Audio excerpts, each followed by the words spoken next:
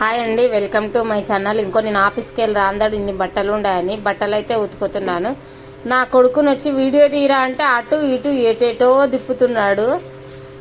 ఇక్కడ వచ్చేసి నేనైతే హాయ్ చెప్తున్నాను. ఇంకా బట్టలన్నీ తడుపుకొని నానబెట్టుకొని ఒక 5 సెకండ్స్ కూర్చొని బట్టలు మొత్తం ఇవన్నీ పిండేసుకునేసరికి చాలా టైం పడుతుంది కదా. మళ్ళీ రేపు మార్నింగ్ కొంచెం హాస్పిటల్కి వెళ్ళాలనుకుంటున్నాను. సో అందుకొచ్చేసి బట్టలు ఇప్పుడే ఉతికేయాలనుకున్నాను, లేకపోతే రేపు మార్నింగే ఉతికేసుకుంటుంటే. ఇంకా మొన్న 10th క్లాస్ వాళ్ళ రిజల్ట్ వచ్చినాయి కదా. నా కొడుకు పాస్ అయ్యిండని నేను చికెన్ బిర్యానీ చేద్దామని చెప్పి ఆ చికెన్ తెప్పించాను. సో ఇక్కడ వచ్చేసి ఉట్టి అన్నం కర్రీ వండుతానంటే లేదమ్మా బిర్యానీ చేయంటే ఇగో బిర్యానీ కోసము ఫ్రై ఆనియన్ వేయించి పెట్టుకున్నాను పక్కకి. ఇక్కడ వచ్చేసి రైస్ కడిగి పెట్టినాను. ఇంకా నేను చికెన్ బిర్యానీ చేసి పెడతాను అన్నాను కదా, ఇంకా దానికోసం వచ్చి వాటర్ మరిగిస్తున్నాను. 75% రైస్ ఉడకబెట్టాలి కాబట్టి.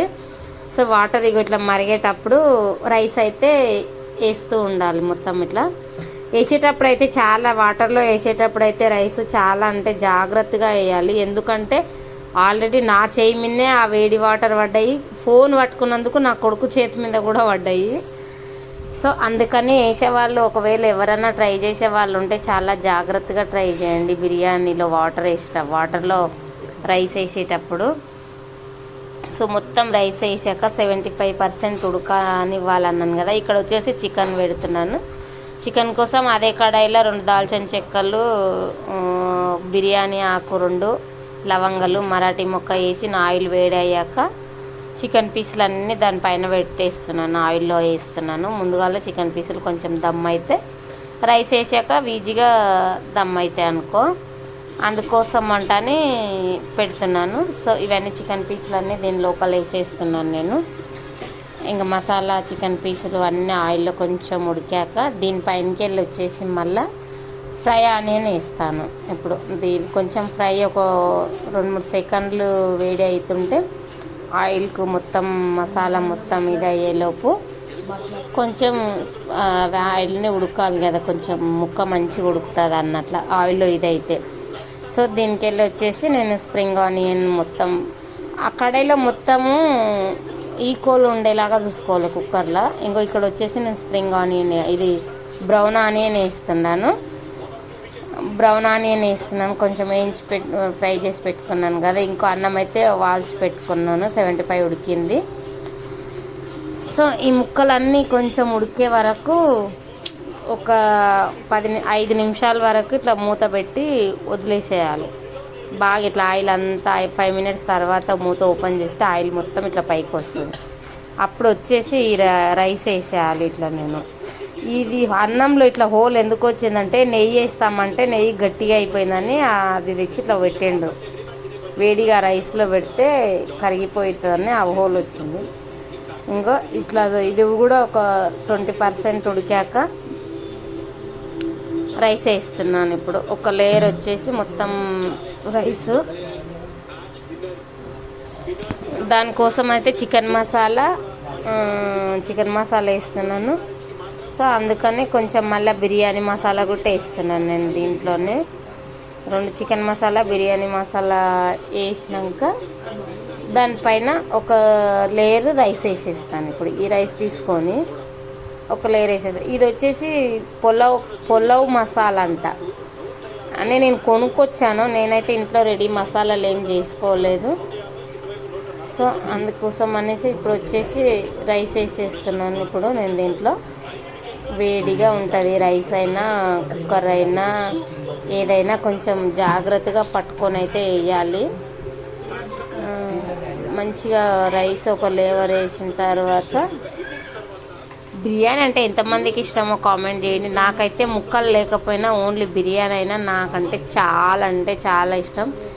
రోజంతా బిర్యానీ పెట్టినా నేనైతే ఈజీగా తినేస్తాను. సో వాళ్ళది పేరు నాది నోరు అనుకోండి, వాళ్ళ కోసం చేస్తాను కానీ నేనైతే ఇష్టంగా తింటాను బిర్యానీ వచ్చేసి. సో దీనికి ఒక లేయర్ వేసేసినాను కదా. తర్వాత మళ్ళీ కొంచెం ఆనియన్ వేస్తాను, ఫ్రై చేసుకున్న ఆనియన్. ఫ్రై చేసుకున్న ఆనియన్ వేసుకున్న తర్వాత మళ్ళీ దీనిపైన అన్నం వేసేస్తాను నేను. అన్నం వేసేసుకున్న తర్వాత ఇంకా ఇది వచ్చేసి అన్నం మొత్తం వేసేసినాం కదా, ఫుడ్ కలర్ ఎప్పుడు వేయను కానీ ఈసారి వేతామమ్మా అంటే వేస్తున్నాను ఫుడ్ కలర్ వచ్చేసి. నేను అన్నం బియ్యం మొత్తం వేసేసినాక కుక్కర్లో ఆ ఫుడ్ కలర్ వేసేస్తాను నేను. ఫుడ్ కలర్ మొత్తం వేసేసుకున్న తర్వాత కొంచెం నెయ్యి ఇందాక వేడి పెట్టానని చెప్పాను కదా, ఒక 2-3 స్పూన్లు నెయ్యి కూడా వేస్తున్నాను పైకి వెళ్ళి. 2-3 స్పూన్లు నెయ్యి వేసేసి అది దమ్ముకు పెడితే దమ్ము బయటికి వెళ్ళకుండా మంచి వాసన వచ్చే వరకు అయితే ఉండాలి. సో మంట మాత్రం సిమ్లోనే పెట్టాలి. సిమ్లో పెట్టకపోతే లేకపోతే కింద పీసులు మొత్తం మాడిపోతూ ఉంటాయి. మూత పెట్టేసి ఇక నేనైతే ఒక డబ్బా ఉంటే ఆ డబ్బా వెయిట్ అయితే పెట్టాను. ఇప్పుడు వచ్చేసి అయిపోయింది, 5 మినిట్స్ అయిపోయింది. ఇక మొత్తం ఓపెన్ అయితే చేసేస్తున్నాను. ఓపెన్ చేసి ఇంకా మొత్తం ఒకసారి కలుపుకోవాలి. ఇట్లా కుక్కర్లో ఎక్కువ చేసుకుంటాం, కొంచెం మనకు సరిపడా చేసుకుంటాం కాబట్టి మనకు కలపడానికి అయితే రాదు. అందుకనే నేను ఏం చేస్తానంటే పెద్ద బౌల్ తీసుకుంటా. పెద్ద బేషన్ లాగా ఉంటుంది మా ఇంట్లో ఒకటి, ఆ పెద్ద బేషన్ లాగా ఉంటుంది. ఆ పెద్ద బేషన్లో వేసేసుకుంటే అప్పుడు మనకు ఈజీగా అంత గ్రేవీ ముక్కలు మొత్తం కలిసిపోతుంది అంట. లేకపోతే కిందనే గ్రేవీ ముక్కలు అన్నీ కిందనే ఉంటాయి. మనకి ఇగో ఇట్లా గ్రేవీ మొత్తం ఇట్లా కిందనే ఉండిపోయింది, మనకు రాదు మళ్ళీ తీసుకోవడానికి అన్నట్ల. అందుకని ఇందులో వేసి మొత్తం ఇట్లా మిక్స్ చేసుకుంటే వేడి వేడి చికెన్ బిర్యానీ అయితే మా ఇంట్లో రెడీ. మా ఇంట్లో డిన్నర్ స్పెషల్ వచ్చేసి ఇవాళ చికెన్ బిర్యానీ చేసినాను. ఇంకా మా పిల్లలు అయితే ఇష్టంగా తింటారు అనుకో. ఇప్పుడు ఈ ముక్కలన్నీ చాలా మంచిగా ఉడికినాయి, సాఫ్ట్గా నేను కలుపుతున్నాను. సో నాకు ముందే అంటున్నారు. ఆల్రెడీ నేను మా బాబు వాళ్ళకైతే ఇస్తున్నాను తినడానికి అంటని. మా ఇంట్లో వచ్చేసి చికెన్ బిర్యానీ ఈరోజు వేడిగా డిన్నర్. మా ఇంట్లో స్పెషల్ వచ్చేసి చికెన్ బిర్యానీ. మీ ఇంట్లో స్పెషల్ ఏందో కామెంట్ చేయండి. అట్లనే చికెన్ బిర్యానీ ఎంతమందికి ఇష్టమో కూడా కామెంట్ చేయండి.